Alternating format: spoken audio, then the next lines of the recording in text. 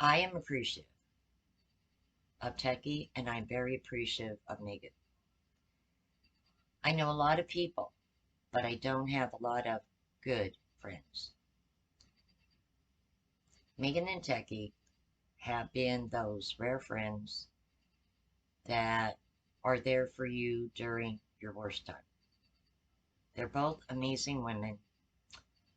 They both have and are dealing with a lot of crap in their own lives, but they're survivors. And they're both strong women in their own way. And I am grateful, and Ronnie is grateful, to have had these ladies help us out at what has really been a crappy, the worst time in our life in quite a long time. I don't know where we honestly would be without their help. I really, truly do not. And so these are women who I am proud to call friends, honored to call friends. They are my sisters by different mothers. And even though, they may be younger than me, they are, as I said, sisters. And we have bonds that will be around for God, probably till I'm a crotchety old lady, um, getting yelled at probably in a, I don't know, an adult daycare or some damn thing, for going outside smoking a cigarette. I'd be one of those rebel old ladies that be sitting outside with a beer and a cigarette and be like, just leave me alone and get the hell out of my face. um, yeah, these are women that are very dear to my heart, and we are forever grateful and forever appreciative of them opening up their homes to us. And our situation would have been so, so much worse had it not been for their help. And so this time around, I have such a good feeling about everything just falling into place that I genuinely believe that, everything is going to work out. I had a dream about a week ago, and I woke up and I was in just such a wonderful mood from it. We weren't in PA, we were in South Carolina. And I was sitting outside and I was drinking coffee. And Ronnie was getting into a vehicle with someone. He had some sort of uniform on, I would imagine for work. And they pull out and they're going up the road. And I'm looking around, I'm looking at sunflowers. Yeah, my huge sunflowers, which are like towering over the roof of the trailer. And I'm just sitting there admiring them. Because don't forget, I have like third generation and second generation seeds of my tall guys. And I also have new seeds that some of you guys sent me as well. They are all packed away safely in glass. Even the little envelopes that the seed packets, are in, are actually inside plastic or glass jars as well, just so they stay fresh. Um, I was just looking at them and I was like, you know, this is perfect. Like, my mind in that dream thought, this is perfect. And I'm at peace. And when I woke up, I went to the bathroom and I was thinking about what I had actually said in the dream. I said, this is perfect and I am at peace. And so I'm taking my words to myself that, yeah, everything is going to be okay. And everything is going to work out. Things always do. It's just that sometimes things don't always work out the way that you want. But this time around, everything is so much different. And when we even started, talking about, well, that's still an option, what do you think? Things just started falling in place when Megan called me and said, guess what? My husband signed the papers. I no longer have to stay in PA. And I said, well, that's wonderful. When are you moving? She said, well, I have to wait until the lawyers cut that check for me. It's brought to me, and then I have to put it in the bank. She said, I think I'm allowed a couple of $1,000, and that's basically all she needs to get her stuff and a trailer and everything, and, or not, yeah, well, a moving trailer. And she's good to go. She attaches a car to it. She said she would leave in the middle of the night. She don't care. Once she gets everything loaded, boom, she's on the road. She will drink 5 Hour Energy and Rockstar and whatever to stay awake to get the hell down there, but that's it. She's not coming back. So I was like, oh, okay, well, that's good. The only thing keeping her here was their divorce because her husband was refusing to sign papers, but he did, and he has to give her money.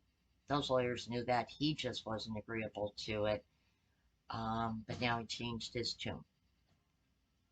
So that's like a really good positive thing because if everything is falling into place here, it means that things are going to start working out, for everyone little by little. And, I mean, if things work out for Megan, then hopefully things will work out for us. Things work out for us, then hopefully things will also start trickling down and working for Techie too. She's been now 6 months with no income and different legal things going on, but like um, that theory or law that if it can go wrong, it will go wrong, and that's what seems to happen in her case.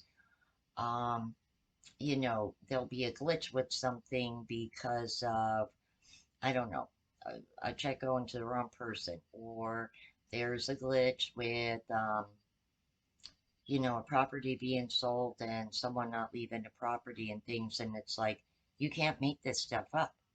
This is just like, oh my God, so frustrating. And I don't know how the lady stays sane. I often say to her, I don't know how you stay sane. I really truly don't, because if I was dealing with that, I think I probably would have just went out and burned the place down already, or I don't know, took someone's kneecaps out or something. I just could not, you know, deal with just like letting someone else supposedly, handling this and that. And it's just like, can we move our butt a little bit here, like really, seriously? Very, very frustrating. And I really, truly, hope things change for her as well and get better, because I think that this has been, a crappy year for us. It's been a hell of a year for her. And hoping that, maybe 2023, 2022, why am I saying 2023? Hoping that 2022, we can all like just do video chats and be like, okay, listen, we're all in a better place now. And that's really, what I want for all of us to be, in a better place where we're all thriving, where we're all happy, and where we're all doing good. And so this time around, I I do have a much better feeling about it. There's, other things that I'm going to be looking into and checking on, trying to get, a lot of different little things squared away. Um, and, I'll see what happens with my mom's cousin in Arizona. Um, when she first, like I said, mentioned that to me, I really did feel bad about that at first, like, oh God, like, or she think, I'm that desperate or something like, but I was raised to, figure things out yourself and do things for yourself and not rely on other people. And so I was, proud of, like, most of my life, I was a pretty self-sufficient person starting at the age of 14. And so it's not easy, for me to have someone say, oh, well, we're going to see about taking up some kind of a collection for you to get you and Ronnie on your way. And it's like, it's like, oh God, um, but I also sat and thought about it too. And, I thought, okay, you know what? If my mom's cousin wants to do this, I'm gonna let her do it. I'm not going to argue because the cost of everything has gone up since we originally were going to go months ago, and we can really use the help. I'm not going to refuse it. To refuse it to me now feels like sending like some negativity out there, and I'm just not going to do that and bring that on myself. So that is my update. That we're not at the point yet where we actually have a specific date. And I'm not going to jinx myself this time around putting a specific date out there. You guys will know when we moved or are moving because I will probably put a community post up one day or one evening and probably just maybe uploading a short video from my cell phone or something um, of us actually physically on the road. Because once you see us on the road, then you know. Then you know. Yeah, it's a go. It's definite. They're on their way. Um, I look at it like then it's definitely yeah, we're we're moving. Up until then, it's talking and planning and preparing. But once you're physically in a vehicle and you're on the road, it is moving.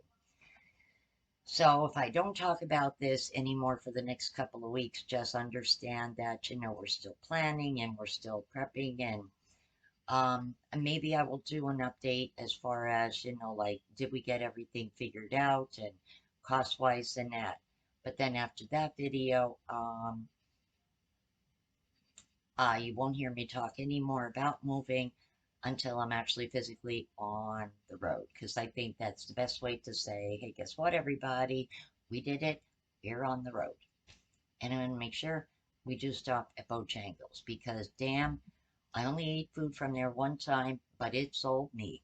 And I said to Megan, gotta give me some Bojangles when we get there. I don't care what time of the day or evening it is. I said, I do not care if I have to wait in the parking lot for an hour for the restaurant to open. I said, I want some Bojangles. I said, that chicken was amazing. Um, I said, I wish KFC in Hazleton still tasted like that good. And she left. But yeah, I became a Bojangles fan. So you know where I'm gonna actually go to eat once in a while. Yeah, Bojangles. Alrighty, guys. So that is basically what I wanted to talk to everyone about. And just to kind of touch base, tomorrow I will be uploading the chicken video. What it is a recipe I watched being prepared on Facebook, and it looked different, and it looked like it would really be tasty. Everything with this chicken is all in one pan. All the ingredients for the chicken are in one pan. Now, you do have to make a separate side to go with it, so it is a little bit different than doing like one meal, with the cookie sheets, like with your meat, your veggies, and that. But this is a new recipe that I thought was really interesting, and it sure looked darn good when it came out of the oven from the video I watched on Facebook, and I thought, okay, I want to try this, and let's see how this turns out. So take care, guys. Be safe. Numbers are going up in all the states, and it's just absolutely crazy. Take care of yourself, please, and I will see you all on my next one.